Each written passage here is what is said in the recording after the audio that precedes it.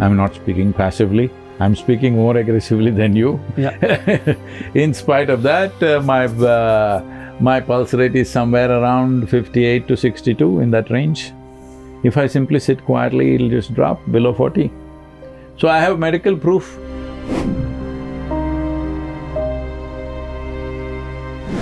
See, this is why I said it's an empowerment. Empowerment is needed for effective involvement. More empowerment is needed for conscious withdrawal. Because for most people, as scientists are saying, some quantum entanglement, they're taking entanglement to quantum space. Yes. Yes. No, entanglement is because of compulsiveness, isn't it? Consciousness will not create entanglement, coherence is different. So now in a given society, whether you want to be aggressively involved, mildly involved or withdrawn is individual choice. But do not think withdrawal needs less empowerment. Withdrawal needs much more empowerment. Of course, your energies are channelized in another direction. It doesn't mean that your energies are not there. No, I'm saying it need not even be directed. I can just sit here and burn. Yeah. Sometimes taking action could be karma. No, I'm saying it's a nice karma, not karma. Yeah. The people ask me, Sadhguru, what is your expertise? I say, if you leave it to me, if all this rubbish is not happening around me, my expertise is I'm very good at doing nothing. I'm essentially lazy. But I'm active 20-22 hours a day. But if I sit at home, I don't read, I don't talk to anybody, I don't listen to music, I don't look out of the window. If I sit, I simply sit. I don't even have if for 4 or 5 days if I sit, I don't have a single thought in my mind, because my essential quality is to do nothing. Something you do because it is needed. So once you are empowered to do nothing, once you're empowered to be able to do nothing, doing something you're never a vested interest, you'll do just what's needed because anyway it doesn't do anything to you. I mean, someone, I think who is listening to this conversation, someone when you say that you're essentially lazy and essentially you, the way you describe, they would not believe you. No, because they see you I can produce constantly medical proof for this.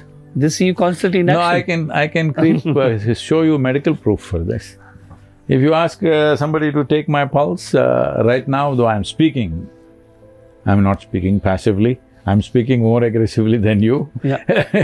In spite of that, my pulse rate is somewhere around 58 to 62, in that range. If I simply sit quietly, it'll just drop below 40. So I have medical proof to show that I'm just lazy. So you're born like this or you have attained this? No, I work to become like this. Nobody is born like that.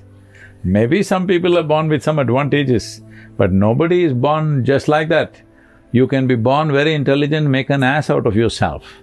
You can be born as a stupid idiot and make a genius out of yourself. This is why we say this life is your karma. Whatever you have come with, what life throws at you is not your choice. What you make out of it is always your choice. Sure. So this is why karma, this is your karma.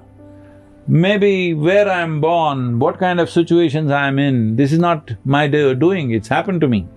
But what I make out of that is my karma. True. You can either cry about it or you can make something fantastic about it. Sadhguru, you definitely talk about doing something with yourself, and when meditators come, we talk about emptying your mind. Just let me complete the question. I know it… Lota. Yes. Lota. Now emptying your mind, we say just let the thoughts go and you… Now, on the contrary, we have heard empty mind is where devil resides. Yes. Yeah. So, why do we invite devil for and give him an empty mind? So you must understand with what prejudice these kind of statements have come.